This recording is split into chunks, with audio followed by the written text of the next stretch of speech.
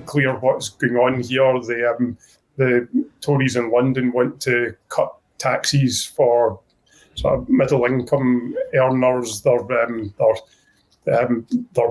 base voters, and they want to make up some of that money by taxing the big oil and gas companies. That's not so good for Douglas Ross and some other Conservatives that represent areas in the North East.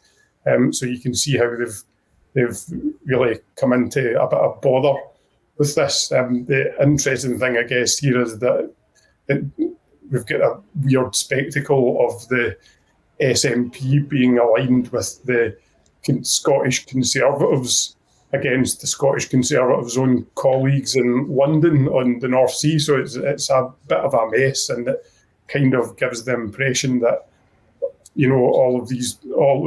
both parties are sort of viewing these things in a very pragmatic way.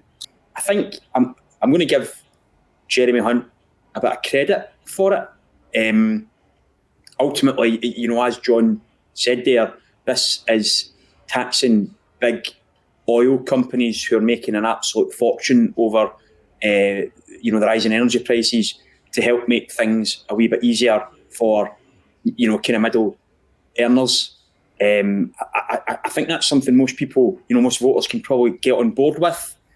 As I said before we started, you've now got the bizarre situation where, the SNP are almost to the right of the Tories on this, because they obviously want to see the windfall tax end when it's scheduled to. But I think Hunt is, he's, regardless of what you think of him, and he's, no politician gets everything right, and he obviously has a name that everyone is really careful to say all the time, and it's a bit of a laughing matter. But I think he showed some, big boy politics with us.